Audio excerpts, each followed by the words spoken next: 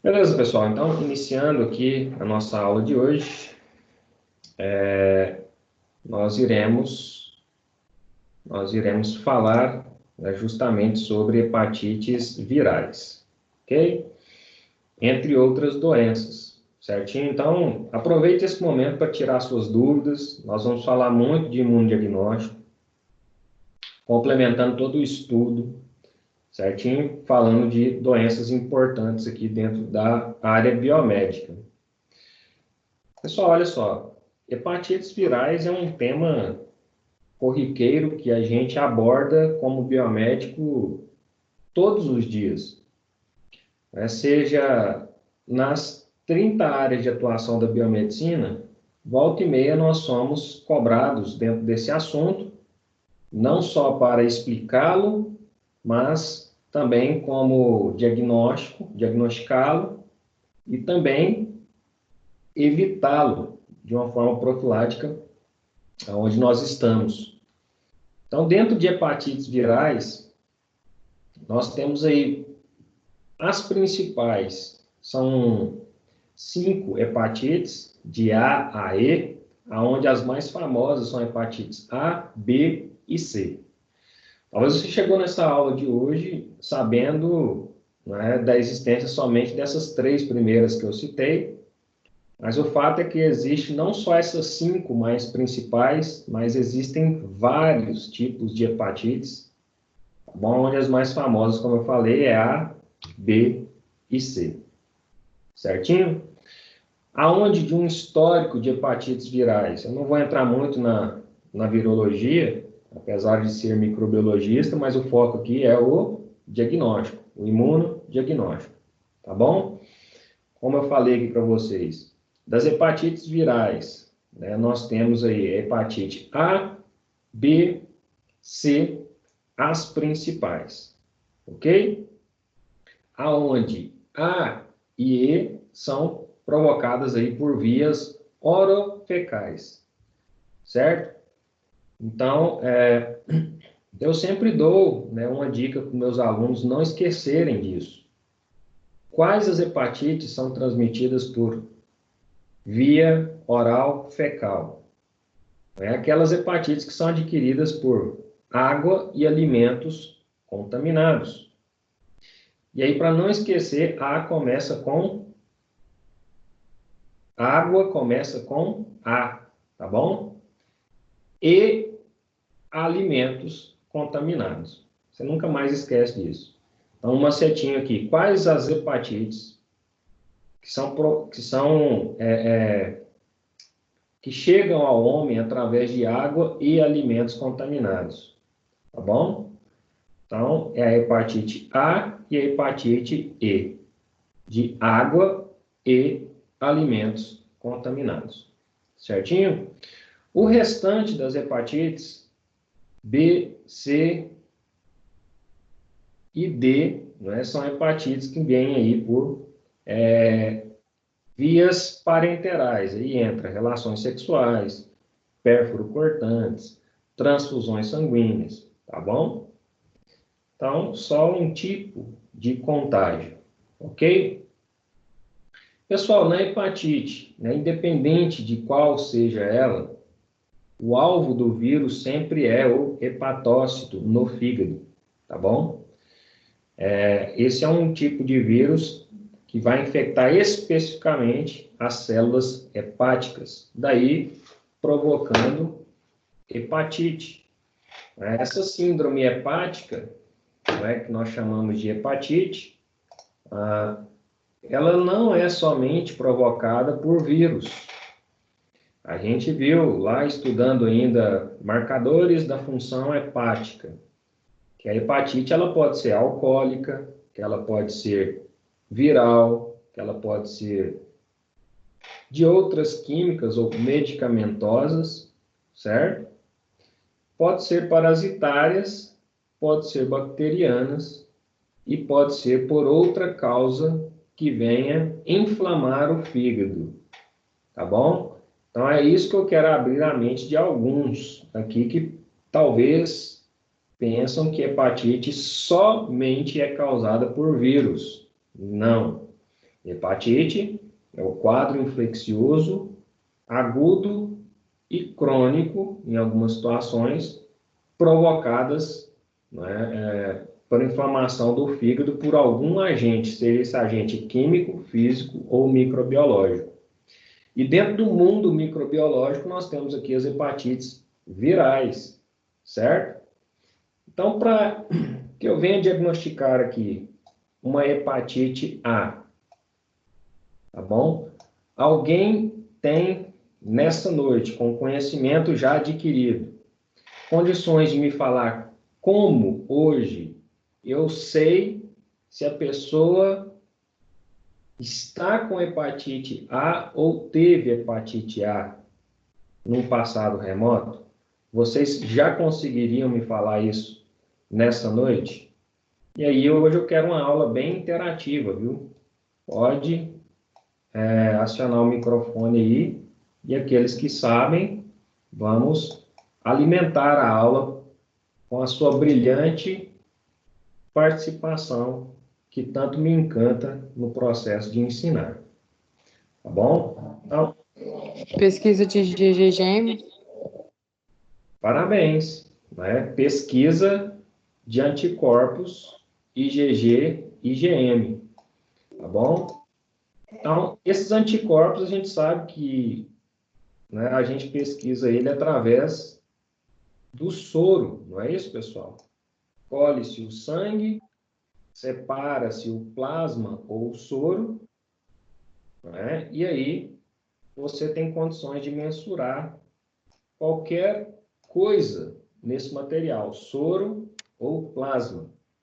É desde uma simples glicose, como nós vimos nas aulas de bioquímica, a proteínas tão especializadas quanto os anticorpos. E aqui, como foi bem colocado pelo Antoniel, pesquisa de anticorpos da classe IgG e IgM, não é? É o principal foco quando eu quero saber se a pessoa está com a doença ou se ela teve essa doença no passado. Quando ela está com a doença, qual anticorpo vai ser manifestado nas minhas pesquisas sorológicas no meu imunodiagnóstico? IgM. Parabéns, né? IgM, porque o IgM é o primeiro anticorpo a ser produzido no processo, né, de manifestação da minha doença, tá bom? Então, o primeiro sinal e sintoma, ele vem da resposta imunológica inata. Fagócitos, através de neutrófilos, monócitos, células dendríticas, eu tenho dor, inchaço, edemaciação do local, rubor, fica vermelho. A partir de então, ocorre uma apresentação de antígeno do monócito para o linfócito TCD4, e aí eu tenho a produção, né, da ativação do linfócito B, com a produção do primeiro anticorpo, que é o IgM. Então, muito bem colocado aí, né, quem falou IgM, é o primeiro anticorpo que vai estar presente quando a pessoa está no efeito sintomatológico ou com a doença naquele momento. Então, todas as vezes que vocês forem diagnosticar alguma doença e der IgM positivo, significa que a pessoa está com a doença naquele momento. Então, se der IgM reagente, você pesquisou o anticorpo por algum imunodiagnóstico, seja aglutinação, hemoaglutinação, seja ELISA, seja quimioluminescência, qualquer imunodiagnóstico, você conseguiu pesquisar a presença de anticorpos IgM e deu reagente, tá bom? Para anticorpos IgM antivírus da hepatite A. Se deu reagente, significa que a pessoa está com sintomas. E o IgG, ele é um anticorpo que é produzido em resposta tardia. Então, o primeiro anticorpo a ser produzido, automaticamente, é o anticorpo da classe IgM. Então, de vocês sempre é cobrado essas análises de gráfico, onde o tempo zero aqui, né, é justamente o momento da infecção, e aqui eu tenho períodos de tempo, que pode ser representado em dias, em meses, o gráfico vai determinar isso. Nós colocamos aqui um ΔT de tempo. E nesse eixo das ordenadas, a gente sempre coloca a concentração de anticorpos aqui nesse caso, tá bom? E eu vou representar aqui o IgM pela cor, essa cor aqui, tá bom? Em zero momento, zero tempo, não tinha presença de IgM, passou ali, né? A primeira semana, vamos representar esse ΔT aqui por semanas. Passou ali a primeira semana, né? Antes da primeira semana já começa a produção de IgM, começa a elevar a concentração e logo essa concentração declina até desaparecer. Certo? No meio da produção de IgM, quando eu começo a entrar ali no período de segunda semana, certo? Isso não é via de regra, mas acontece, certinho? Eu começo a produzir o IgG, troca de cadeia de anticorpos, que se eleva rapidamente e permanece por um longo período de tempo. Então, aqui IgG, aqui IgM, certinho? Então, dentro desta ilustração, nós temos aqui o IgM, o primeiro anticorpo a ser produzido. Se ele for detectado, significa que a pessoa está com a doença naquele momento, porque ele é o primeiro anticorpo a ser produzido. Se for detectado somente IgG, significa que essa pessoa teve uma infecção num passado remoto, anos, semanas, meses atrás, ou num passado presente, tipo semana passada, onde já começou a produzir IgG, o IgM já foi embora, porque cessou a produção de IgM, só detectei IgG, reagente. Quando eu só detecto, né, IgG, significa que a pessoa teve essa doença num passado remoto, seja passado ou presente. Qual teste que eu faço para saber se esse IgG foi fabricado semana passada ou num passado remoto, anos atrás? Qual teste, pessoal? Avidez imunológica. Avidez imunológica. Top. Vocês estão, biomedicamente falando, tops. Teste de avidez imunológica. Tá bom? Então é isso. Vocês entenderam o propósito. Então, para diagnosticar hepatite A, tá bom? Hepatite C, a gente utiliza detecção de anticorpos da classe IgG e IgM. Né? Então, se eu quero pesquisar anticorpos da classe IgG e IgM para detecção de hepatite A, qual anticorpo que eu vou detectar? IgG e IgM específico para o vírus da hepatite A, que eu chamo de anti-HAV.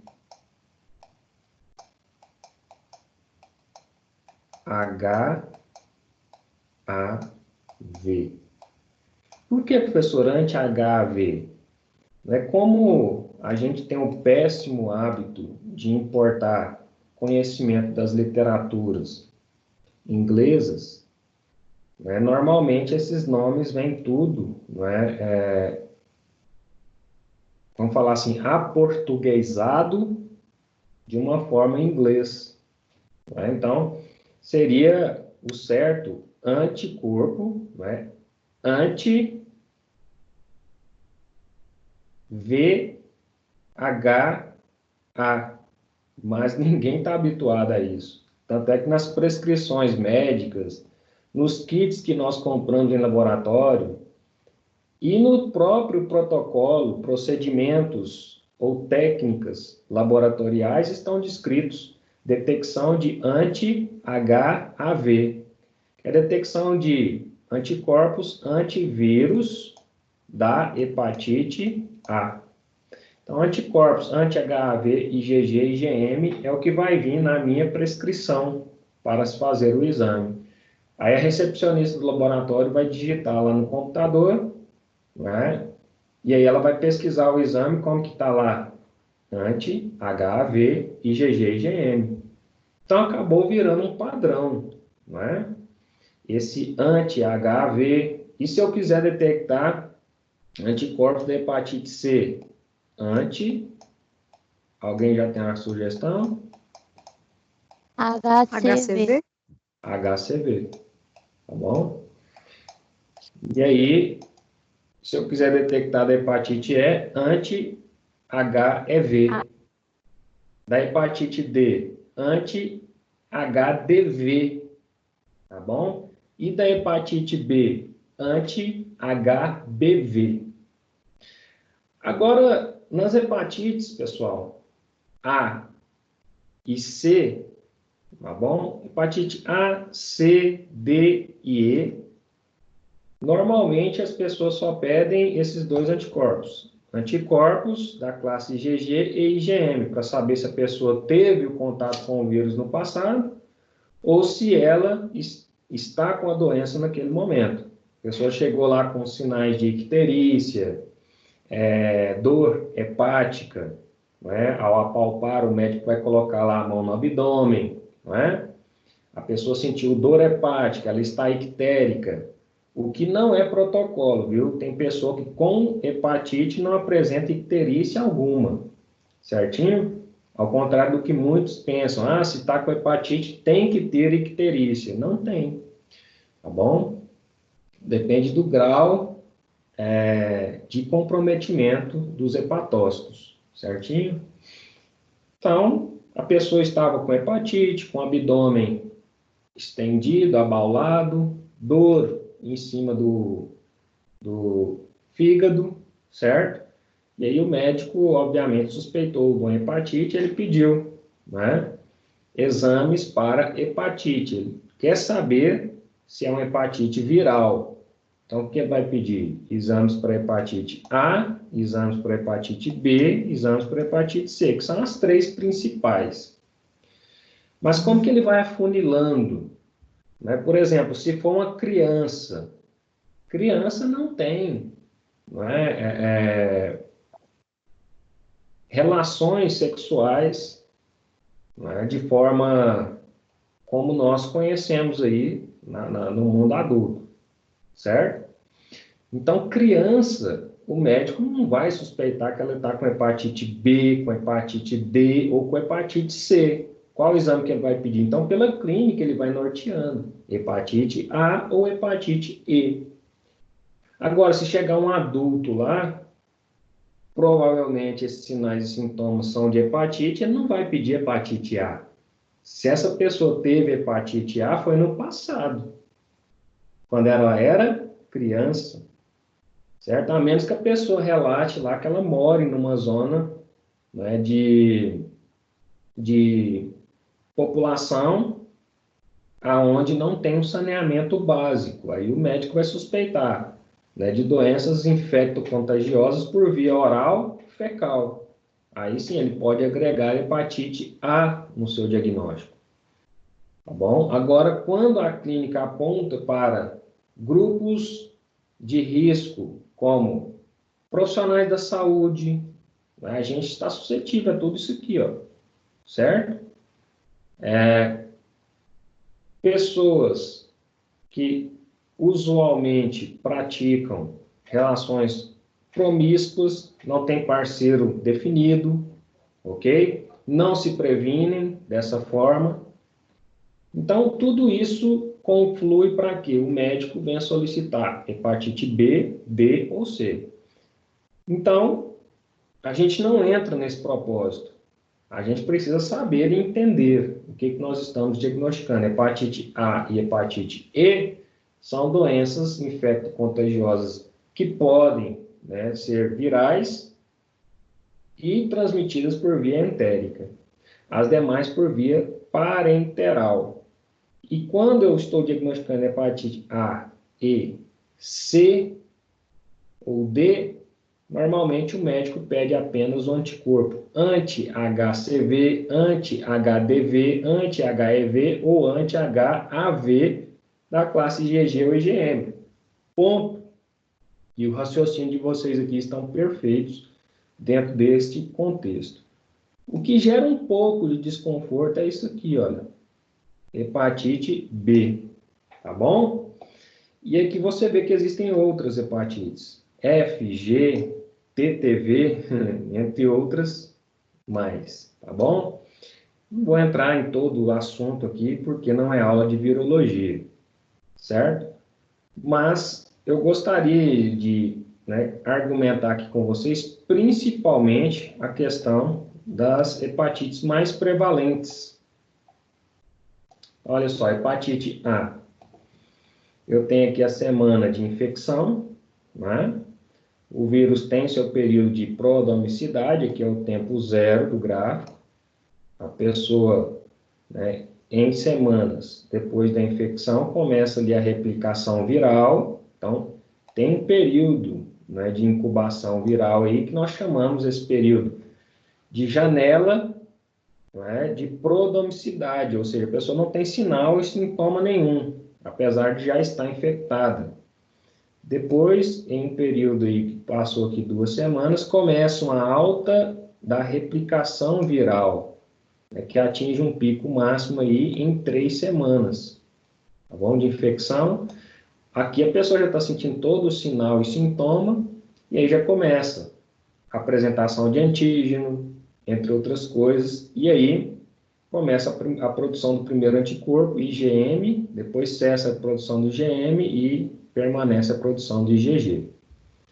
Então, se você for hoje no laboratório, né, se você não tem sinal e sintoma nenhum de hepatite, quer saber se você teve hepatite A quando criança, o que você vai detectar? Adianta pedir IgM para você? Não, você não está com sintomas, então você vai solicitar IgG, tá bom? Agora, você chegou no consultório com sinais e sintomas, né, de infecção por hepatite A, certo? E esses sinais e sintomas levaram à suspeita de contaminação orofecal, porque você, não é, alegou que há 2 semanas atrás você foi fazer uma campanha em uma zona que não tinha saneamento básico e acabou, né, por muita sede, tomando água duvidosa. Resultado, o médico vai solicitar também hepatite A para você, e o que ele quer saber é somente anticorpos da classe IgM e IgG. Ponto. Tá bom? Na hepatite B, que é onde o pessoal mais, né, embanana, e é banana por causa disso aqui, olha. O vírus da hepatite B, ele é um vírus, né, envelopado, certo? E dentro do envelope, ele contém ali o capsídeo viral, e dentro do capsídeo viral contém o material genético. E a gente tem marcador, olha, o envelope do vírus da hepatite B, ele tem uma proteína que nós chamamos de antígeno Austrália, que é denominado como HBsAg, ou simplesmente antígeno Austrália, que é uma proteína do envelope do vírus da hepatite B. Tá bom? Então, se uma pessoa entrou em contato com o vírus da hepatite B, o primeiro marcador, né, que vai positivar na sorologia dessa pessoa é justamente quem? A proteína do envelope. E alguém aqui nessa noite sabe me dizer por quê?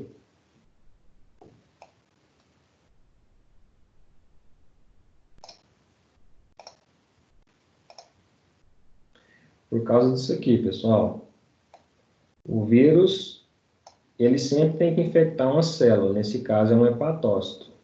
Como ele é um vírus envelopado, o que acontece? O envelope vem, adsorve suas proteínas específicas para o hepatócito. Depois que ele fez esse processo de adsorção, não é?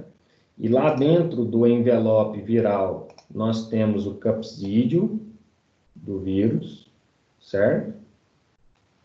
E o material genético do vírus também está presente. Olha lá. E o que vai acontecer? Nessa adsorção, o material genético passa para o interior da célula. Deixa eu escolher outro aqui. O material genético é amarelinho, passa para o interior da célula e aí vai multiplicar no interior celular. Quem que sobra lá na superfície? O envelope e o capsídeo. Tá bom? E o que tem no envelope? A proteína HBsAg. O seu sistema imunológico vai atacar o hepatócito logo de cara? Não, ele ataca quem está fora do hepatócito, que não corresponde à sua constituição proteica. Nesse caso, ele vai atacar quem? Né? O HBsAg. E o que ele vai produzir para o HBsAg? O anticorpo, que nós chamamos de anti-HBs. Tá bom? Só porque sobrou também o capsídeo, não sobrou? O capsídeo, ele tem as proteínas que nós chamamos de proteínas do core. Core do vírus significa proteína do cerne do vírus, ou do capsídeo viral. E aí ele vai produzir o anti-HBc.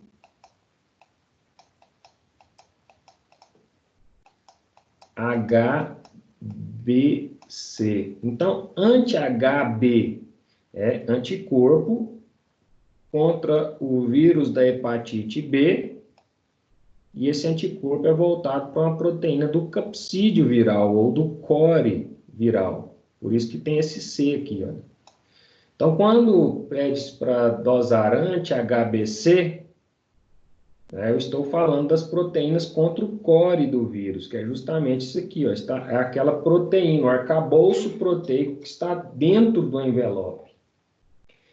E quando eu falo anti-HBs, o HBs é o anticorpo contra essa proteína aqui, olha.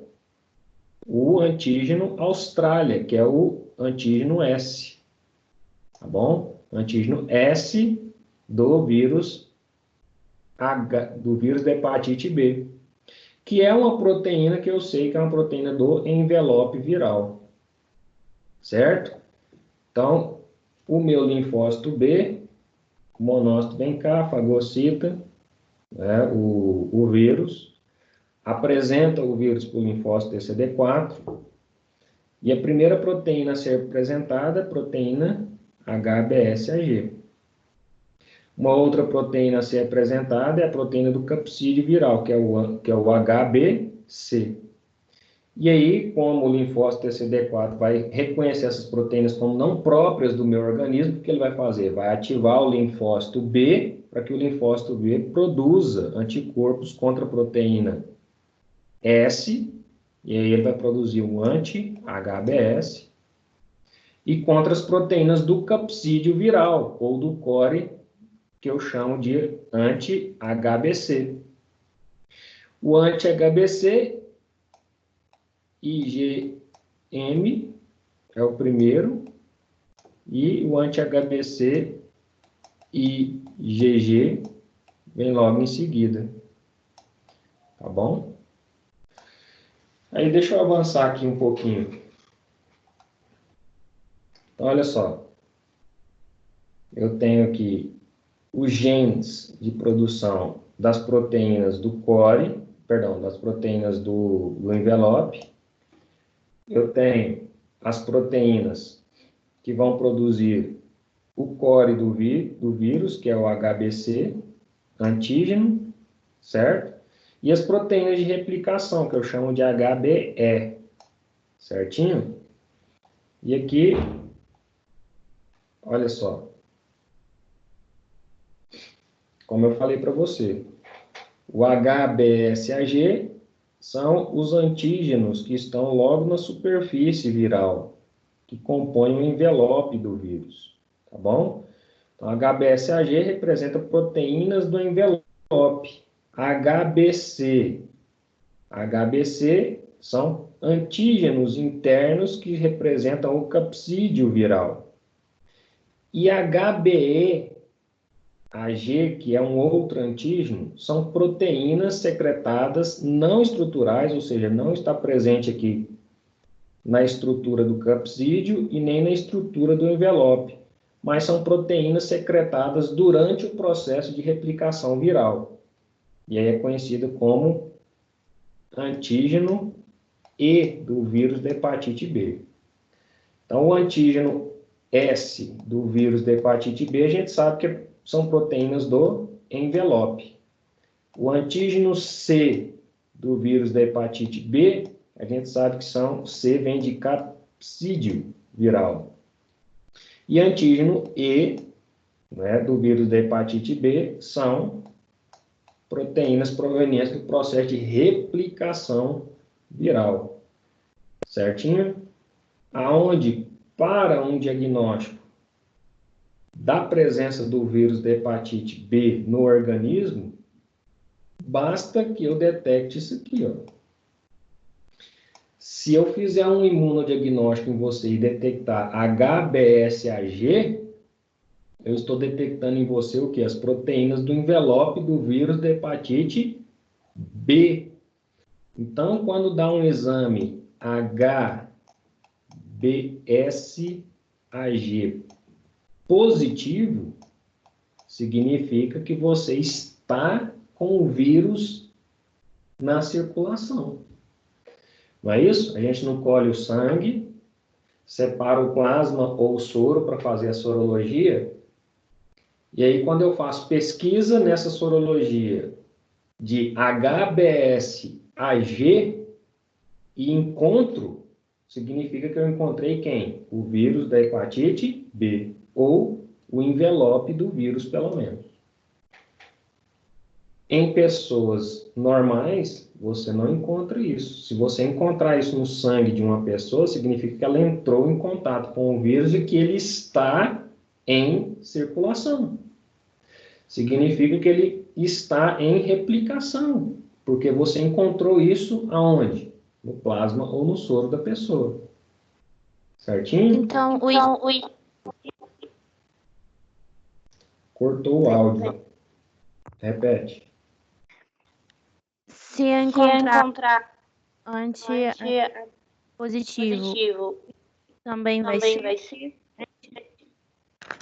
Não, calma, eu vou chegar lá. Tá bom? Tá. Anti é só anticorpo. Se eu encontrar HBsAg, significa que eu encontrei o envelope viral. Certinho? Da mesma forma, se eu encontrar HBcAg, uma pesquisa, encontrar HBcAg, eu encontrei também o capsídeo viral. E se eu encontrar em uma pesquisa HBeAg, significa que eu encontrei proteínas, apesar de ter função desconhecida, mas que a gente sabe que ela está presente no momento da replicação do vírus. Se eu encontrar isso aqui, significa que o vírus não só está presente, mas ele está em replicação. Tá bom?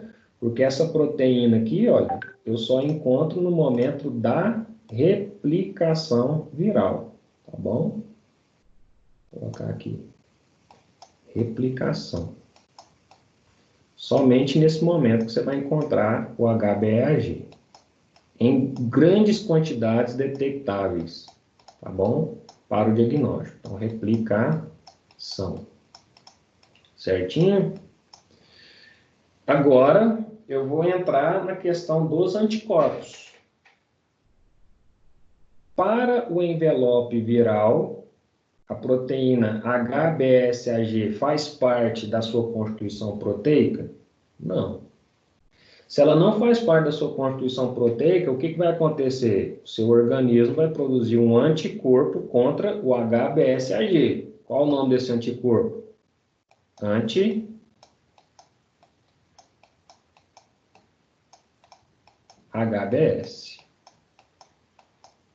Anti-HBs.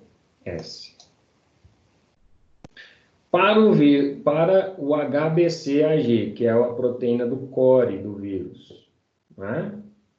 Eu vou produzir o anti-HBc.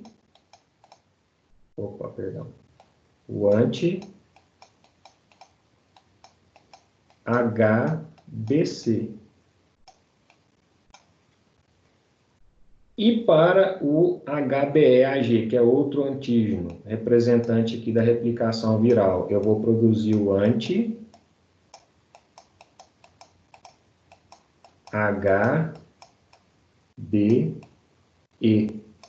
Então, você reparou que para cada antígeno do vírus da hepatite B, existe um anticorpo específico contra ele.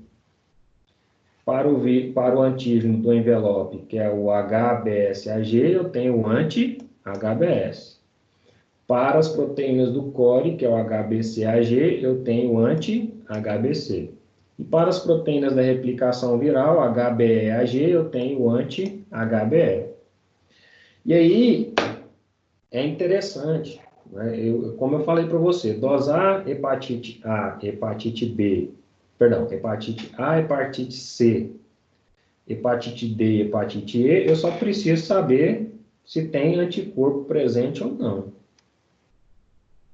Agora, no vírus da hepatite B, existem pelo menos 3 marcadores que eu estou argumentando aqui com vocês, das proteínas do envelope, e que vocês têm que saber. HBsAg representa qual proteína do envelope?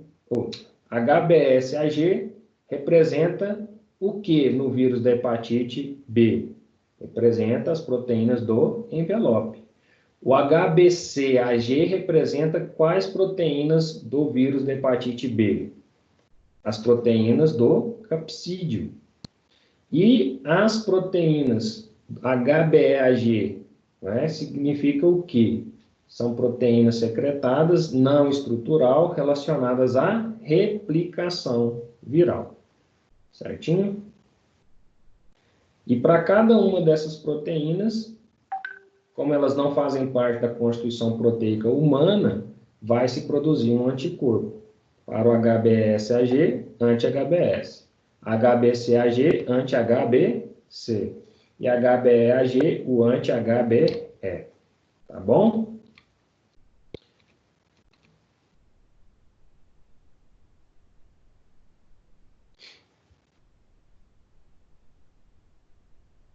Então, olha só. Encontrar HBsAg no soro significa que o vírus está em multiplicação viral. O HBeAg também significa multiplicação viral em alta, tá bom? E HBcAg, né, não encontrado no sangue, certinho? Não encontrado no sangue. No sangue você vai detectar os anticorpos, anti-HBc.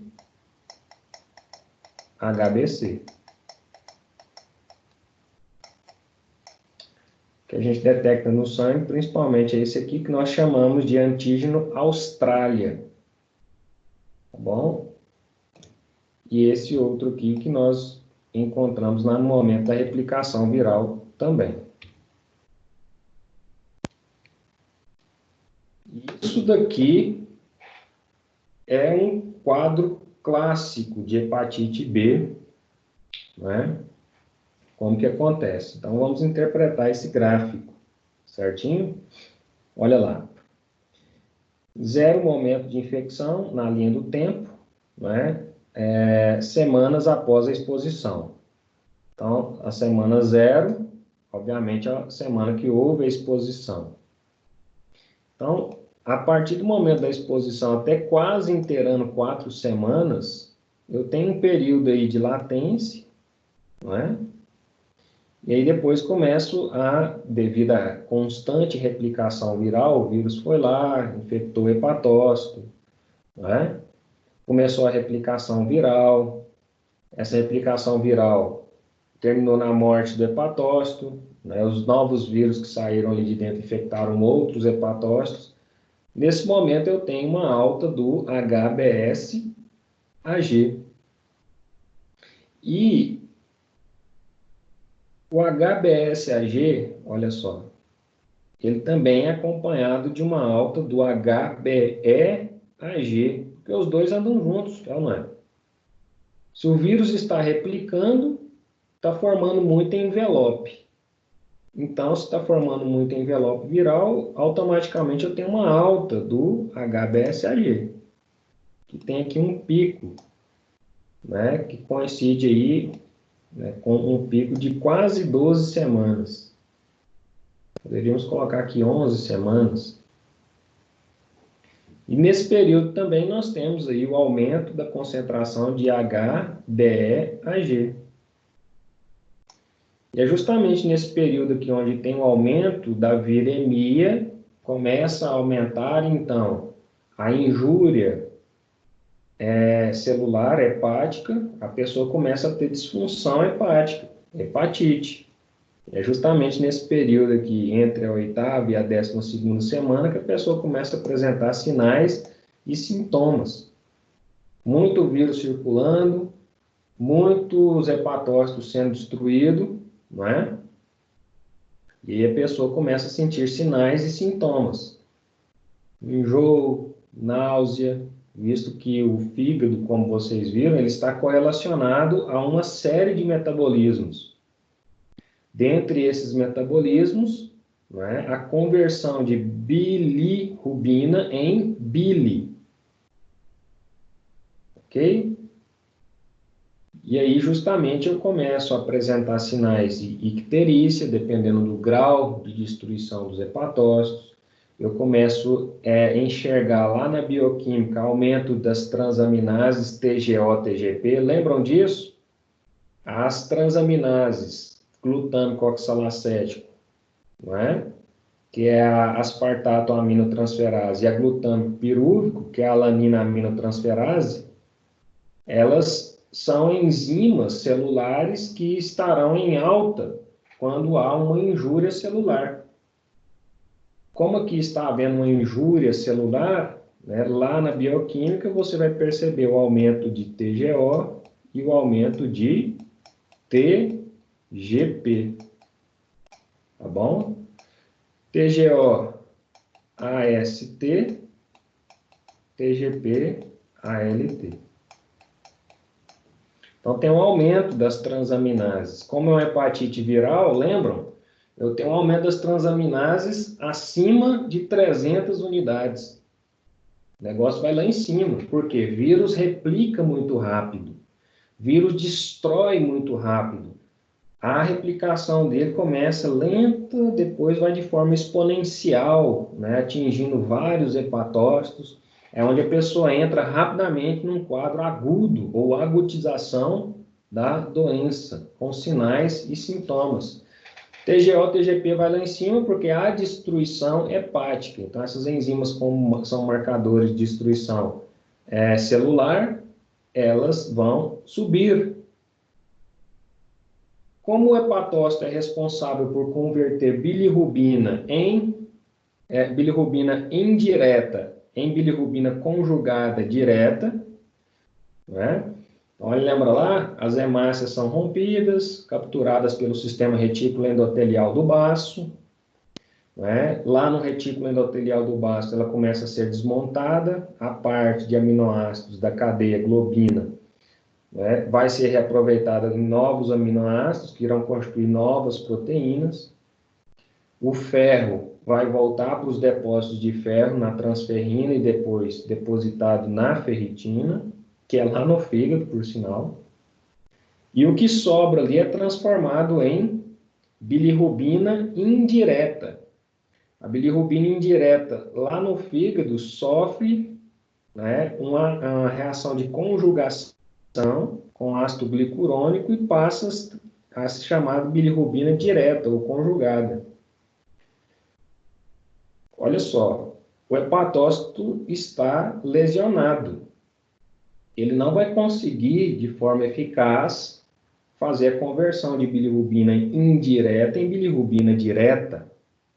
Resultado, né? Eu vou ter aumento da bilirrubina indireta. Certinho? Vou ter aumento da bilirrubina indireta. As hemólises continuam. Se a minha fábrica de conversão em bilirrubina indireta em direta está indisponível no momento, a matéria-prima vai se acumulando. E aí eu tenho um gradativo aumento de bilirrubina indireta nessa situação. Uma baixa conversão de bilirrubina direta. Então, baixa conversão. Tá vendo, pessoal? Por isso que eu sou apaixonado na clínica. Tudo ligado. Certinho? E aí, obviamente, se eu tenho uma infecção viral, eu tenho uma resposta imunológica. Eu olho para o hemograma, se eu tenho uma resposta imunológica aguda, quem vai estar participando aqui? Neutrófilos e monócitos. Então, lá no hemograma, eu vou encontrar o quê? Uma neutrofilia, aumento do número de neutrófilos. Resposta inflamatória aguda. Com aumento de PCR, proteína C reativa, que é uma proteína que é produzida pelo fígado em processos inflamatórios agudos. Então, quando o monócito e o neutrófilo estão ali fagocitando, eu tenho um aumento de pus, que são células mortas no campo de batalha. Imagina um campo de batalha. É soldado mandando chumbo de um lado, mandando chumbo do outro, e soldado morrendo o tempo inteiro. Os soldados mortos, que nesse caso aqui são os neutrófilos, os vírus, porque o vírus é o soldado inimigo, não é? Do nosso caso aqui. E os neutrófilos e monócitos são os soldados que estão tentando defender o fígado naquele momento. Então vai ter uma colisão, fagocitose e formação de matéria orgânica morta, que eu chamo de pus. O pus gera fosfocolina, que são restos de membrana citoplasmática destruída ali dos próprios leucócitos. E essa fosfocolina atinge o fígado e o fígado começa a produzir PCR. Então você vai ver lá na bioquímica PCR aumentada, TGO, TGP aumentado, bilirrubina indireta aumentado, com discreta baixa de bilirrubina direta, porque quem converte a indireta em direta é o fígado, como ele está em processo agudo de hepatite B, então a fábrica estará comprometida. E aí, nesse momento, lá na imunologia, você percebe a detecção de HBsAg, a detecção de HBeAg. A partir, né, entre aqui, os sexto para a oitava, para a sétima semana, você começa a detectar os primeiros anticorpos, que são os anticorpos da classe IgM contra o core do vírus, anti-HBC. Depois, o anti-HBC IgM. Perdão, o anti-HBC IgM é primeiro, depois o anti-HBC IgG. Nós chamamos de total porque, nesse caso aqui, está dosando tanto IgG quanto IgM. E aí, lá no finalzinho, na última, entrando para a 30ª semana pós-exposição, eu tenho a produção do anti-HBS. E aí, quando a pessoa começa a ter a produção, né, dos anticorpos, você percebe que o vírus começa a diminuir a sua concentração. As proteínas do core do envelope começa a reduzir, tá bom? A replicação também, proteínas HBeAg começa a sofrer ataque de anticorpos do tipo anti-HBe, certinho? E aí o seu organismo vai saindo da fase aguda de infecção para uma fase de controle, que termina na produção do anti-HBs, certinho? Então, se eu dosar no sangue da pessoa e encontrar HBsAg, significa que eu encontrei o envelope do vírus. A pessoa está infectada com o vírus da hepatite B. Se eu encontrar HBeAg, eu encontrei uma outra proteína viral. Significa que a pessoa está infectada com o vírus da hepatite B. Se eu encontrar anticorpos anti-HBC, IgM ou IgG ou anti-HBe, significa que a pessoa está infectada e já está no período de produção de anticorpos contra o vírus que a infectou. E se eu encontrar anti-HBs, significa que a pessoa também, né, está infectada. Agora, o anti-HBs aqui, eu abro um adendo à minha explicação. Tá bom? Deixa eu pegar aqui. No caso da pessoa que conseguiu produzir o anti-HBs, é um sinal que ela controlou a infecção. Certinho? Ela controlou a infecção. Veja, primeiro, anticorpos contra o capsídeo do vírus da classe IgG e IgM e, por fim, produção de anticorpos anti-HBs e a infecção retorna para um controle. Cessam os sinais, cessam os sintomas e aí a infecção caminha para um controle. O seu sistema imunológico está vencendo a infecção viral. Algumas pessoas, ainda não se sabe por quê, elas não conseguem produzir esse anticorpo aqui, ó, anti-HBs. E aí são as pessoas que, como não conseguem produzir esse anticorpo, elas cronificam a hepatite B. Tá bom? E ficam desse jeito aqui, ó.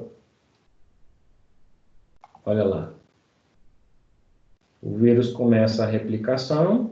É o mesmo gráfico de exposição às semanas que a gente viu. O vírus começa a replicação, HBsAg aumentando, e aí chega uma zona de controle, porque começou a produzir anticorpos anti-HBc total e anti-HBc IgM. Então, há um limite. Daqui para frente não vai aumentar, mas também não vai diminuir. Então, o vírus fica constante. Chega a um equilíbrio, mas eu não consigo minimizar a presença do vírus. Por quê? Repare que a pessoa não consegue produzir o anti-HBs. Se a pessoa não produzir o anti-HBs, eu não consigo finalizar nunca a questão do vírus.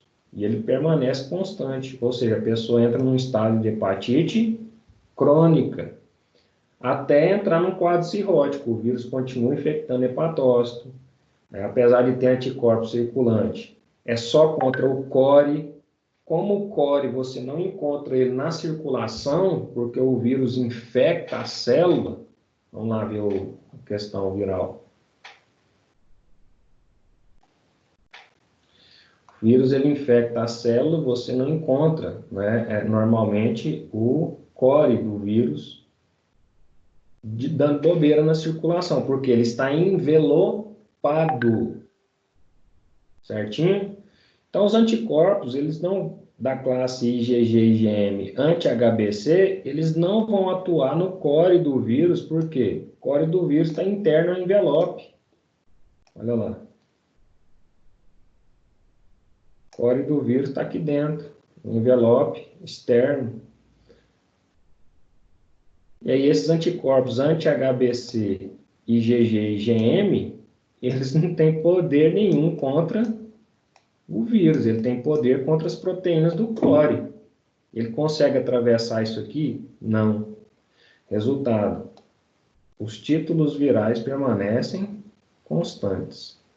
Afinal, eu produzi anti-HBE, que controla as proteínas da replicação. Eu produzi anti-HBC e anti-HBC GG e GM, que controla o core. Mas como eu não vou atingir o core, o HBsAg continua, o vírus continua. Se a pessoa não produzir anti-HBS,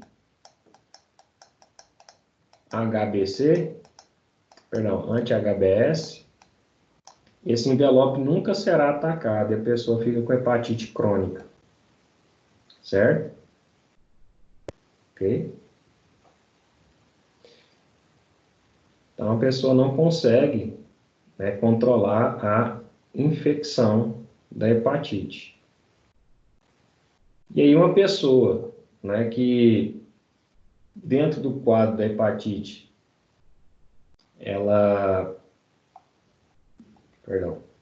uma pessoa que dentro do quadro da hepatite, ela não consegue produzir esse anti-HBS, ela não controla a infecção. Olha lá. Se ela produzir, o vírus tem um limite, começou a produzir anti-HBS, o vírus declina até desaparecer. Tá bom? Se não produzir anti-HBS, a pessoa entra no estado de hepatite crônica. Ok? Professor, mas eu tomei a vacina para hepatite B e a única coisa que eu tenho positivo é o anti-HBS. Eu não tenho o anti-HBC total, nem o anti-HBE e nem o anti-HBC total IgG e IgM e nem o anti-HBE. Não tem, só tem anti-HBS. É porque na vacina do vírus, as únicas proteínas que são administradas para que você fabrique um anticorpo contra ela são as proteínas do envelope viral. Eu não preciso fabricar anti-HBC. Se eu fabricar anti-HBS, já é suficiente para atacar o vírus no seu envelope. Tá bom? Olha lá. O vírus, você tem anti-HBS disponível. Se o vírus você entrar em contato com o vírus, o anti-HBS disponível vai lá e elimina o envelope. O capsídeo sem envelope, ele perde a sua especificidade, ele não vai entrar dentro do hepatócito. E aí vem um monócito, vem um neutrófilo, vai lá e fagocita esse capsídeo que vai ficar à deriva e pronto, já era. Ou, como o próprio envelope do vírus já está, né, neutralizado por anticorpos anti-HBS, o monócito vem e fagocita tudo. Então, você não vai ter infecção. Então, uma pessoa que é vacinada, a única coisa que ela vai apresentar na circulação em relação ao vírus da hepatite B são os anticorpos anti-HBS. E da mesma forma que pessoas entram na hepatite B crônica por não conseguirem produzir o anti-HBS, também existem as pessoas que, quando eu coloco o antígeno vacinal nessa pessoa, ela também não consegue produzir anti-HBS. Faz ali a primeira dose, a segunda dose com 30 dias e depois a terceira dose, né, que se toma ali com um período, um intervalo maior, não é? E aí, em 3 doses, você atinge níveis de anti-HBS acima de 1.000 unidades de anti-HBS por microlitro de sangue. E aí você está imunizado contra a hepatite B. Mas algumas pessoas não conseguem produzir anti-HBS. Aí, para esse tipo de pessoa, não tem vacina. tá bom? E o pior, que quando ela se infecta com o vírus da hepatite B, ela caminha para desenvolver uma hepatite B crônica. Por quê? Naturalmente, ela não consegue produzir anti-HBs. E não se sabe o porquê ainda. É um grupo de pessoas muito pequeno que desenvolve hepatite B crônica, tá bom? Ou esse mesmo grupo de pessoas que, se não entrar em contato com o vírus, também não consegue também produzir anti-HBs por vacina, ok? E aí elas nunca vão conseguir produzir anti-HBs. E aí tem que tomar cuidado redobrado. Tomou a vacina, não conseguiu atingir os títulos necessários, que é 1.000 unidades por microlitro de sangue, essa pessoa estará suscetível não só a se infectar com hepatite B, mas pelo fato de não responder à vacina, que é justamente o antígeno HBsAg, essa pessoa também é um candidato a desenvolver hepatite B crônica por causa disso, tá bom? Então, quando a gente está trabalhando, né, hepatites virais, a gente tem que entender, né, sobre esses marcadores, ok? O anti-HBs, o que ele significa? O anti-HBe, o que ele significa? O anti-HBc, IgG e IgM, o que ele significa? Tá bom? Então, como eu falei para você, das hepatites virais, a mais complexa em se tratando de marcadores da hepatite é a hepatite B, tá bom? E, por sinal, não é uma das hepatites que mais se cobram, não só um conhecimento laboratorial, como também um conhecimento a nível de proeficiências. Volta e meia, não é? Quando eu estava ali na minha cadeira de responsável técnico, os biomédicos chegavam e me perguntavam, falou assim, mas como que é possível? Eu estava dosando ali agora, a pessoa deu HBsAg,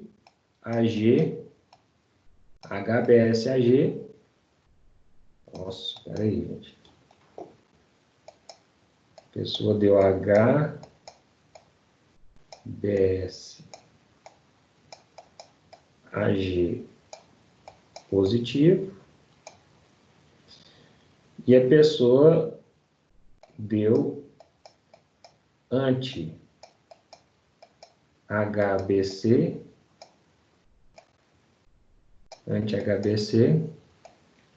e IgG positivo, mas anti-HBc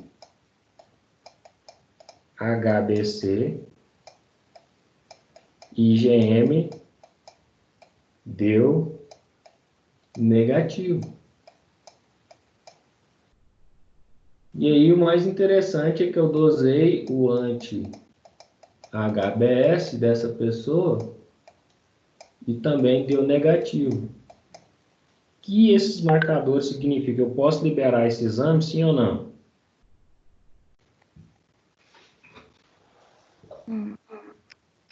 Sim.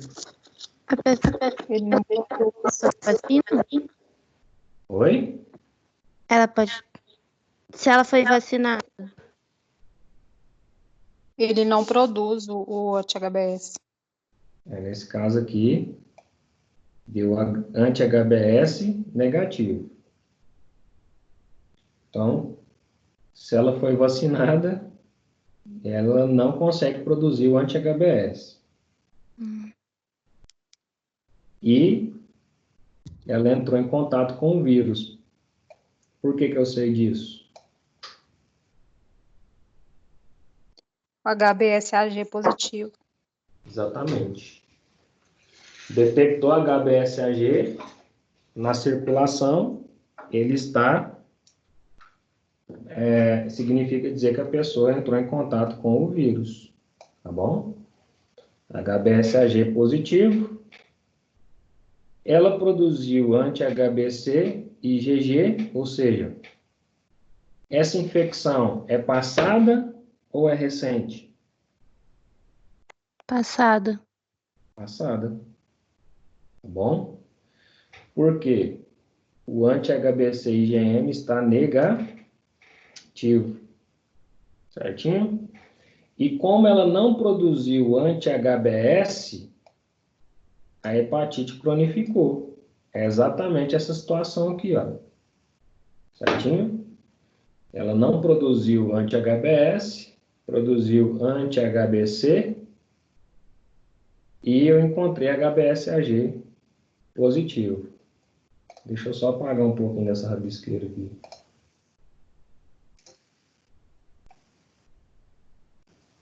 Isso. Olha lá. Como eu falei para vocês nos primórdios, lá quando eu estava ensinando bioquímica, lembra que eu falei, quando você tira o sangue da pessoa, você está tirando um retrato bioquímico e imunológico da pessoa naquele exato momento, que pode variar de um dia para o outro, de uma semana para o outro, mas naquele momento que você colheu o sangue, é aquilo ali que você vai diagnosticar. E como a gente encontrou apenas anti-HBC, IgG e IgG, perdão, foi exatamente nesse período aqui, olha. Nesse período aqui para frente. Concorda comigo?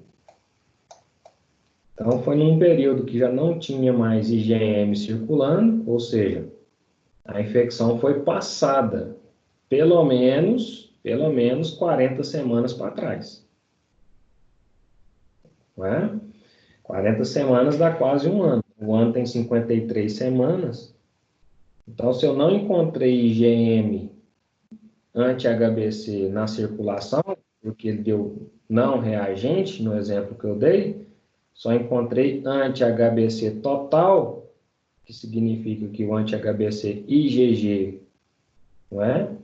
E encontrei HBsAg, é porque a pessoa não produziu anti-HBs, tá bom? Ela está com o vírus e foi uma infecção passada, no mínimo de 40 semanas para trás, porque não foi detectado o anti-HBC IgG, o IgM, perdão. Certinho? Então, nesse caso, nesse período de tempo, a única coisa, se eu colhesse o sangue aqui, a única coisa que ia dar positivo é o HBsAg. HBsAg. Certinho? E o anti-HBC total. A ausência de anti-HBs e a ausência de anti-HBC IgM. Se essa pessoa aqui, né, a gente colhesse o sangue um pouquinho antes, aqui na 14ª semana, a gente encontraria HBsAg, anti-HBC total, IgG, anti-HBC IgM. Não encontraríamos o anti-HBs também, porque essa pessoa não produz. Por isso ela vai desenvolver uma hepatite B crônica. Tá bom? E aí eu sempre falo, em laboratório, principalmente as pessoas mais neófilas, novatas, elas têm medo de liberar HBsAg. Tá bom? E tem que ter medo mesmo.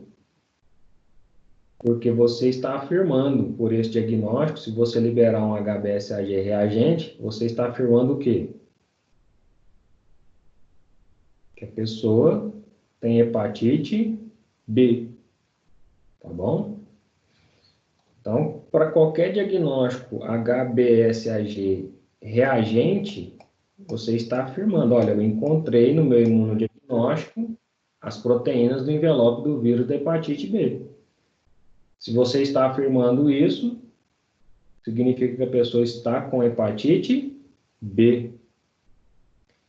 E aí, quando se trata de DST, já viu, né? Se você não tem certeza, daquilo que você está liberando de doença que pode ser causado por uma DST, saiba que problemas podem acontecer, não é?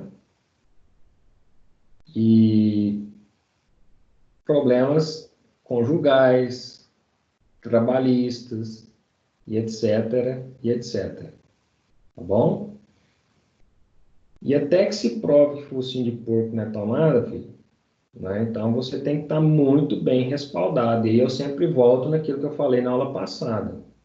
Para esses casos de positividade, tenha uma soroteca separada, tá bom? Tenha uma soroteca separada. É uma coisa que eu sempre trabalho com a minha equipe, né? Uma vez eu ingressei num laboratório que eles tinham soroteca, porém eles não tinham o hábito de guardar os positivos, a não ser os HIV da vida. E aí acontece, o cara vai lá, faz o exame, um mês depois volta, pega o resultado, um mês depois não tem soroteca mais. Dependendo do laboratório, um mês é muita coisa. Então, aí eu aconselhei essas pessoas, falei assim, olha, a soroteca usual, aquela que está dentro da normalidade, aquela situação, não é? Até porque o material clínico ali, para viabilizar, para se fazer algum exame depois, ele tem um prazo de validade menor. É por isso que a gente congela na soroteca, né? E guarda por um período de tempo. Aquilo que está dentro da normalidade pode ser descartado, né? Sei lá, se a sua soroteca tem validade de 15 dias ou de 30 dias, descarta normalmente. Agora, esses casos de doenças, DSTs, todas elas, beta-HCG, ou alguma coisa muito esdrúxula, tenha uma soroteca separada para esses casos esdrúxulos. Por quê? Quando volta, aí você tem que provar, como é uma foto que você tira do exame naquele momento, em um mês já mudou muita coisa, não é? Então, eu já vi casos assim de HCV, que é hepatite C, dá positivo, e bem positivo, e depois de um determinado período de tempo dá negativo. Mas o que aconteceu? Reação cruzada por algum fármaco, ou alguma vacina, ou alguma coisa que a pessoa tomou naquele momento. O fato é que quando colheu o sangue, estava dando positivo, repetido, confirmado por outras metodologias, e não importasse quantas vezes era feito, dava positivo. Ah, então colhe uma segunda amostra. Se a segunda amostra não tiver um intervalo aí de 7 a 14 dias, não vai adiantar nada. É que ele tiver, colhe segunda amostra. A pessoa volta lá no laboratório no outro dia. O que vai mudar na sua vida de um dia para o outro? E bioquimicamente e imunologicamente falando. A menos que você sofra um infarto, a menos que você sofra uma injúria muito grande, bioquimicamente, não vai mudar muita coisa, não. Imunologicamente também não. Não é? Então, tem algumas doenças que a gente solicita a segunda coleta depois de 14 dias. A pessoa fica ali, não é? Por quê? Protocolo, não adianta vir antes, vai dar a mesma coisa. É 14 dias para confirmar se realmente é ou não é. Então, nessas horas que eu ensino aos meus alunos autoridade e precisão. Porque o povo tem uma pressa, né? Principalmente nessa época que a gente vive, uma pressa de se fazer o diagnóstico. E aí não tem problema nenhum de você liberar um resultado positivo se a pessoa está com pressa, desde que ela assine um termo de anuência. Fala, olha, laboratório e suspeito dessa situação e solicitou uma amostra daqui 15 dias. Porém, o paciente se recusa e aí libera para ele. O médico vai ver isso lá do outro lado e vai acompanhar o seu raciocínio. Isso é o que importa. tá bom? Isto é o que sempre importa, certinho? Então, pessoal, dentro da hepatite B, os marcadores que tem que estar fixo na cabeça de vocês é o HBsAg, o anti-HBC, deixa eu colocar naquele outro gráfico, tem todos. Tá isso aqui, ó. O HBsAg, o anti-HBs, o HBcAg e o anti-HBc-IgG-IgM, HBeAg e o anti-HBe. Gravou o que é e o que ele representa. Você tem todos os marcadores na sua mente, tá bom? E aí é só raciocinar dentro das possibilidades. Então, eu acredito que esse slide aqui seja o mais importante, é ou não é? Para você saber, né, o que representa cada um. Esse slide e esse outro aqui, ó. Onde a gente trata aí justamente o que significa cada um, certo? Então, a partir disso daqui, você consegue raciocinar que uma pessoa vacinada contra hepatite B, a única coisa que vai ser apresentada para ela é esse antígeno, automaticamente a única coisa que ela vai desenvolver é o anti-HBs.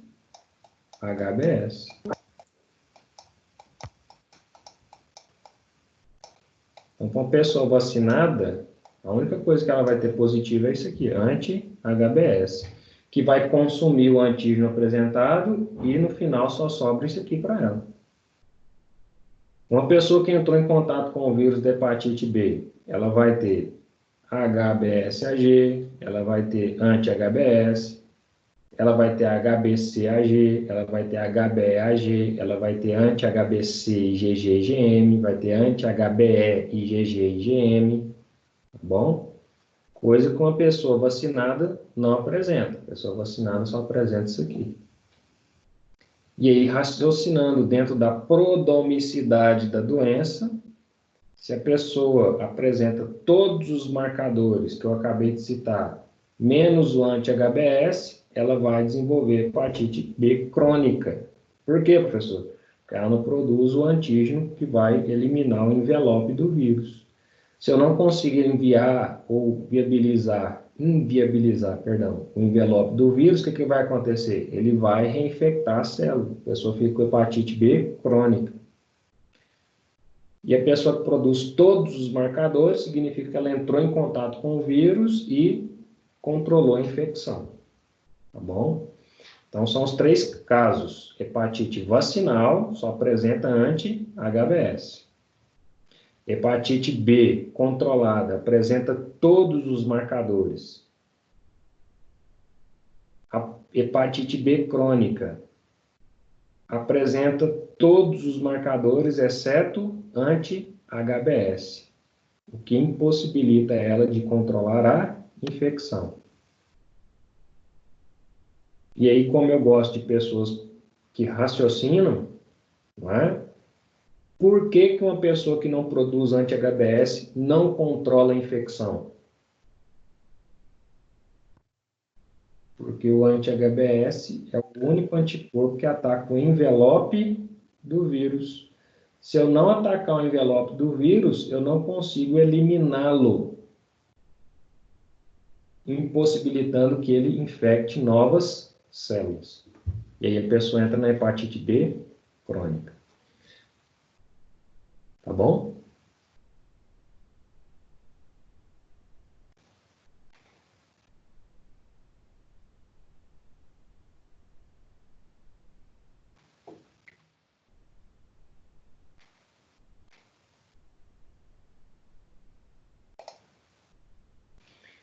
Para as outras doenças, pessoal, não é diferente. Não é? Eu sempre vou dosar um anticorpo da classe IgG e um anticorpo da classe IgM. Para eu saber se a pessoa está com dengue, o que que eu tenho que fazer?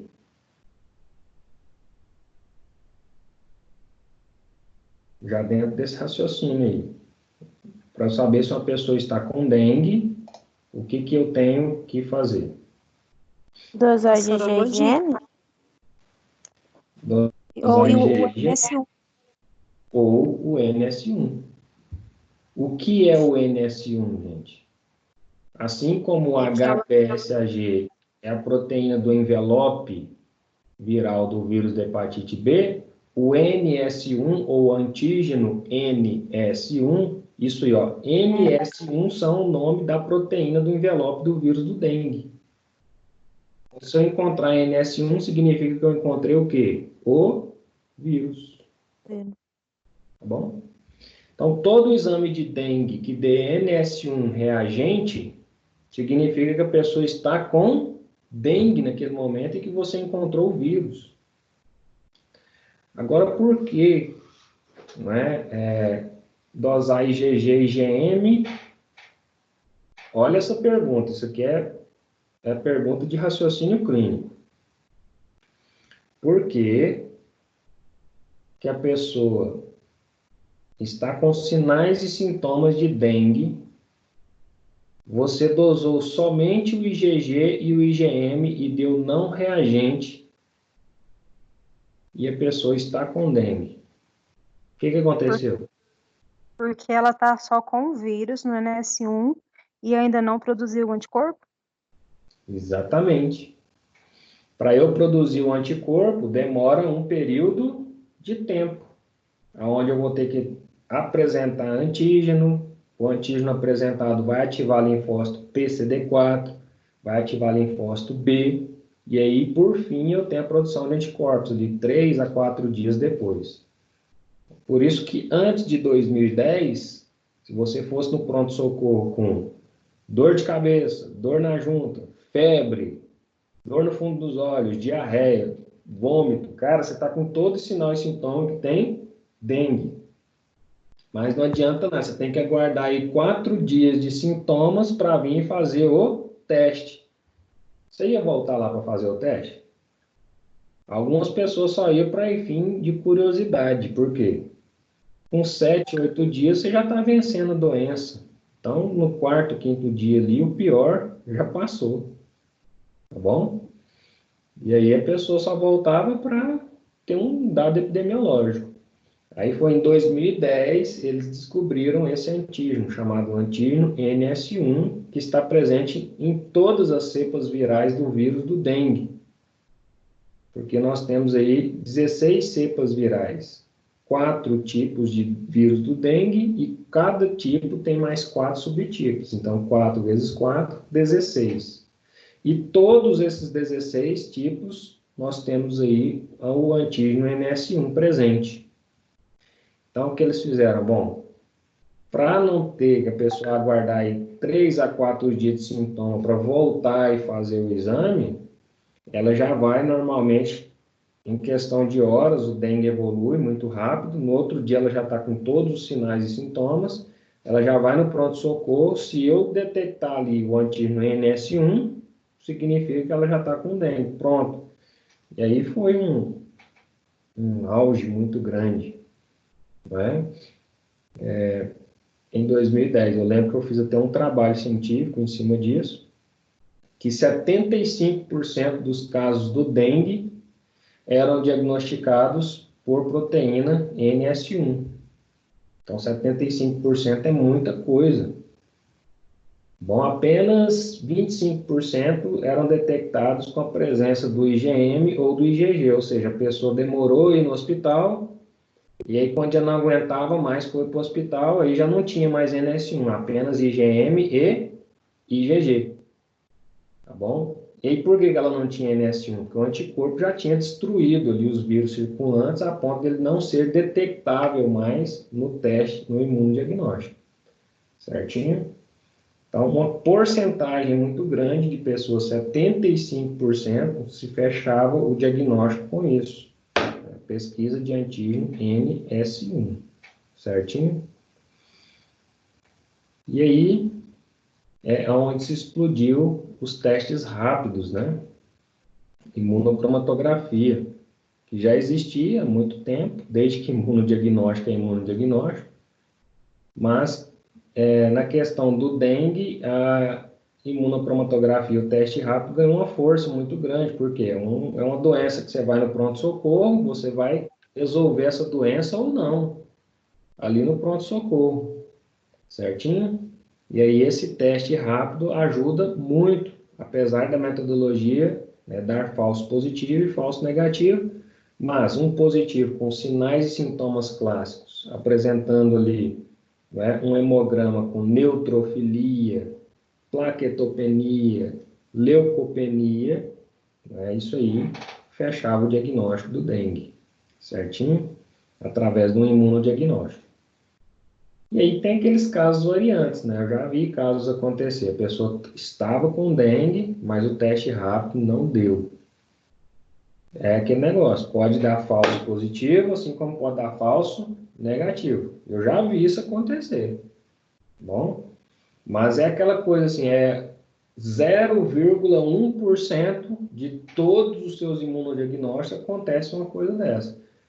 Aí como você libera lá, esse método pode apresentar resultados falsos positivos, assim como apresentar falso negativo. Em caso de suspeita clínica, observando um resultado negativo, solicitamos a critério médico a repetição após 3 dias de sintomas, ou por outra metodologia, ELISA, não é?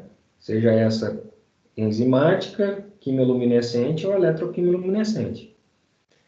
O fato é que a pessoa vem, repete com a outra metodologia, dá reagente, mas na imunocromatografia sempre não reagente. E aí acontece em 0,01%.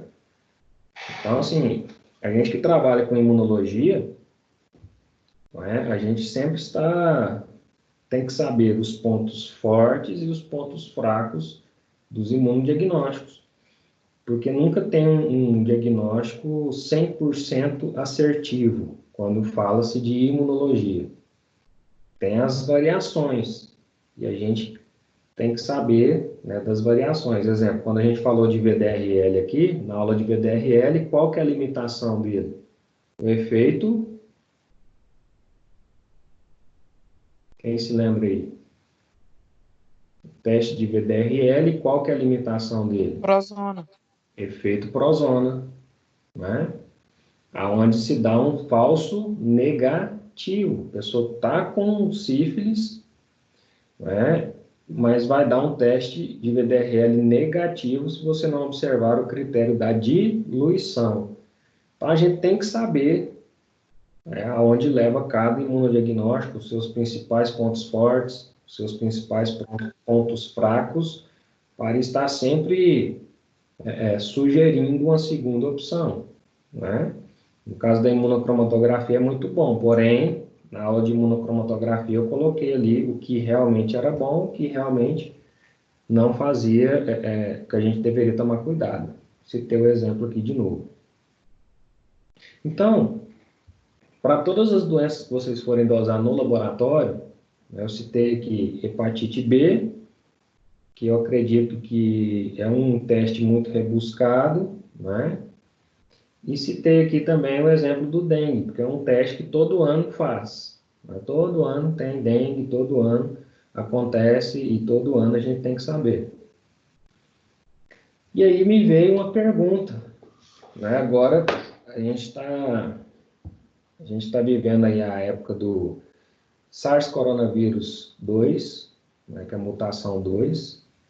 A mutação 1 ocorreu em 2002, né, lá na China, aí só ficou lá, conhecida como SARS, Síndrome Respiratória Aguda, certinho? E ficou só lá, atingiu ali China, uma parte da Europa e Estados Unidos. Então, a viremia não se tornou uma pandemia. Em 2008, nós tivemos aí o MERS, que foi uma mutação do SARS coronavírus 1, lá no Oriente Médio, por isso que foi conhecido como MERS. E agora, em 2019, né, o SARS, a mutação 2 do SARS coronavírus, começou em finalzinho de outubro para novembro, lá em Wuhan, na China. E a principal característica é que ele causa o mesmo sinal e sintoma do Covid-1, né? Porém, com maior agravamento e com a capacidade de expansão muito grande, como a gente está vendo. E aí, obviamente, que já temos aí, não temos a vacina, mas temos o teste rápido, não é? E aí, muitos alunos me perguntando, né, no WhatsApp, professor, como que eu vou interpretar, né, essa situação, né, de um teste rápido para coronavírus? É muito simples. É só você ver, né, o que ele está dosando. Se é o vírus propriamente dito, ou se é anticorpos da classe IgG e IgM, e liberar conforme o que está se pedindo. Uma pergunta que foi feita, não custa nada repetir, porque pode ser a dúvida de muitos, né? No teste rápido, estava lá o sabonetinho, né? E aí no sabonetinho, só tinha lá a zona controle e a zona teste. E aqui embaixo escrito S-CoV.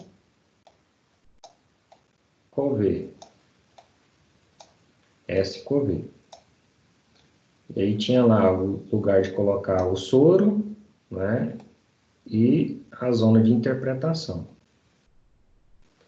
Pergunta: esse teste rápido, ele vai detectar apenas o que, gente? A presença do vírus? Somente, tá bom? Então, S-CoV. Tá bom? Só estou detectando a presença ou ausência do vírus. Aí a pessoa me perguntou, professor, aonde que eu vejo aqui se está detectando IgG e IgM? Não tem, não é?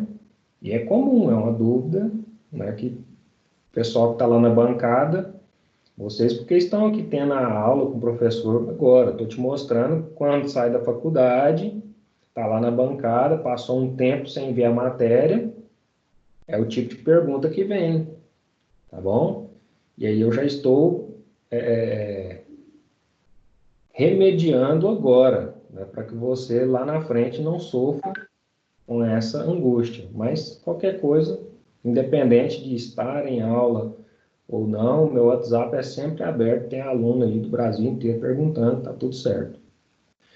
Então, isso aqui é para só estou detectando a presença do vírus. Então, se der aqui essa situação, como que você liberaria esse resultado?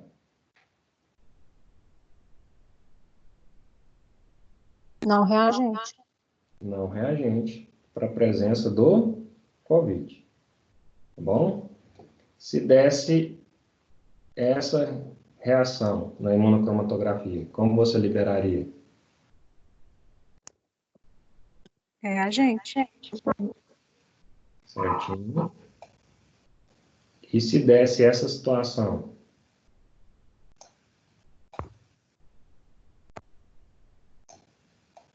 Zona controle, zona teste, postinho de inoculação. Se desse essa situação, como você liberaria? Inválido. Não liberaria. Determinar. Liberaria inválido. Na verdade, você não vai liberar um resultado inválido, não é certo? A gente sabe que é inválido, né, que o teste não funcionou. Então, qual que seria a sua ação? Faria outro? Repetiria. Isso, repetiria até obter um resultado assim ou negativo, né? Só positivando a zona controle. Certinho? Então, o raciocínio de vocês estão íntegros. E aí, segunda pergunta. Esse raciocínio aí tá beleza. Nessa situação aqui, olha, apresentou uma zona controle e uma zona teste bem fraquinha. Como que você vai liberar? Reagente. Reagente. Tá bom?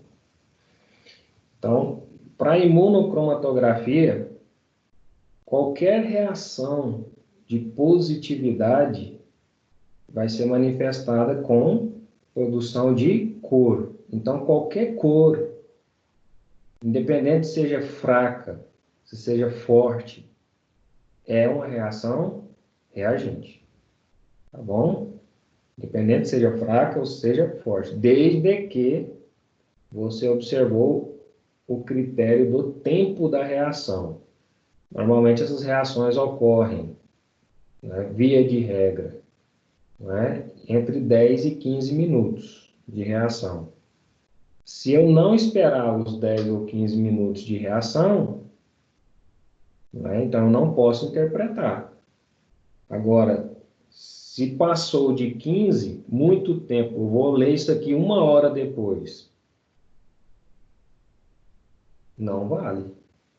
Tá bom?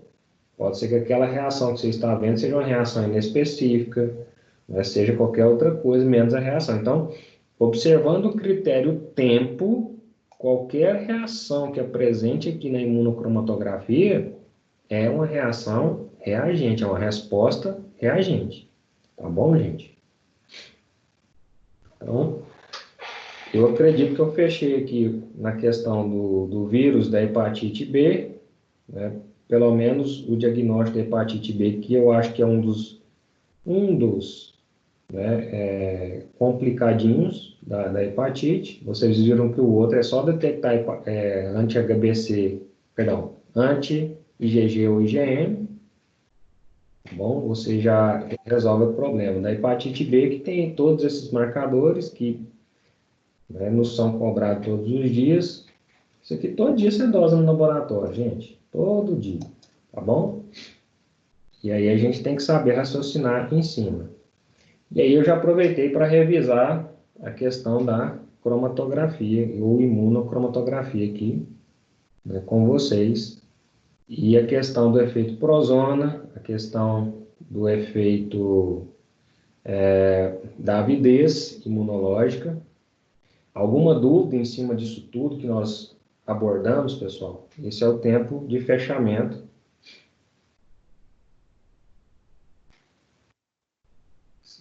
E aí, semana que vem, a gente volta com mais imunodiagnóstico para concluir a nossa matéria. Então, eu deixei essas 2 aulas finais, né, para a gente trabalhar vários imunodiagnósticos com várias perguntas e respostas para sedimentar o conhecimento e também eu acredito que o exercício da pergunta e resposta acaba sedimentando a clínica, tá bom? Eu acredito nesse poder da construtividade, né, através de perguntas e respostas para sedimentar a clínica.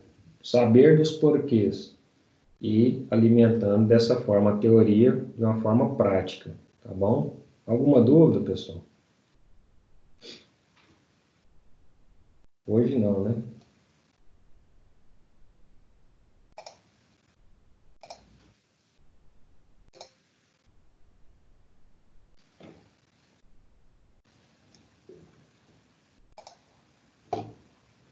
Então já vamos caminhando aí para o fim, 8 horas e 47 minutos.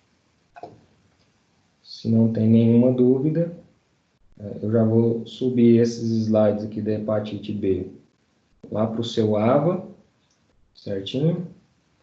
E aí semana que vem a gente vem falando mais de imunodiagnóstico para fechar, né, todo o conteúdo aí dessa disciplina. Então, voltando a falar para vocês, a prova, né, ela vai ser online, Ela vai conter 20 questões, 16 questões de múltipla escolha e 4 questões onde você vai escrever pela pergunta a sua resposta, certinho? E aí finalizaremos aí o nosso bimestre. E nessa segunda avaliação, a gente só vai cobrar a parte de imunologia, a parte de bioquímica vocês já foram avaliados, certinho? Pela segunda, pela primeira avaliação que nós fizemos.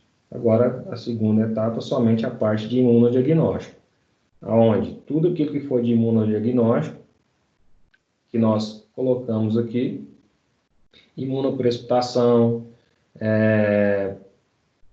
aglutinação, hemaglutinação, ELISA, variações do ELISA, a imunocromatografia, correlacionado também à questão dos anticorpos, saber raciocinar IgG, IgM, tá bom? Saber que o IgE está correlacionado a hipersensibilidades. Talvez semana que vem a gente trabalhe também essa questão do IgE, tá bom? Para sedimentar e revisar esse conteúdo, certinho? E aí a gente faz essa prova em cima desse contexto. Coloquei, né, lá no ambiente virtual de vocês essa parte de imunologia, um estudo dirigido, com exercícios, né, comentados, e sugeri para vocês que fizessem, trouxessem as suas perguntas, tá bom? Então, estou aguardando. Se tiver alguma pergunta, estou pronto para respondê-la, certinho? E também trabalhando exercícios agora para sedimentar isso, a gente caminhando para o fim. Espero que vocês estejam, né, construindo. Fiquei muito feliz hoje com a participação. E aí eu gostaria de chamar a atenção para vocês. Por mais complexo que seja as matérias clínicas que vocês estudam, no princípio sempre dá aquele frio na barriga devido à complexidade, mas quando vocês vão construindo um conhecimento, vocês viram que é possível raciocinar, tá bom? Clinicamente falando, e a prova disso é que muitos aqui responderam as perguntas sem maiores problemas. E é continuar dessa forma, fazendo exercícios e se auto-perguntando, se auto-questionando. Uma vez eu fiz uma pergunta para um aluno, né, ela me respondeu: professor, por que, né, por que eu tenho que dosar, né, o HBsAg? E eu respondi para ela com a mesma pergunta. Eu falei, por quê? E eu fiquei impressionado, né? A resposta dela, a princípio, ela ficou com raiva, né, com essa situação. E ela até falou assim, professor, me desculpa estar falando isso, mas o senhor é pago para responder os meus porquês. Eu fiquei muito envergonhado naquela situação, né? Mas a intenção, a clínica, a gente só consegue aprimorar tentando responder os porquês. O que ela queria naquele momento era uma resposta pronta. E eu tentei mostrar para ela que primeiro tenta se formular uma resposta e depois a gente conclui junto. É o que a gente fez aqui hoje. Perguntas e respostas para concluir clínicas é fundamental. Tá bom, gente? Que aí espero estar contribuindo dessa forma, né? Transmitindo experiência, agregando conteúdo e relevância para todos vocês. Tá bom? E eu vou ficando por aqui. São 8 horas e 52 minutos. Alguma pergunta? Se não, um grande abraço para vocês. Até semana que vem. Fiquem todos com Deus. Alô, tchau, tchau.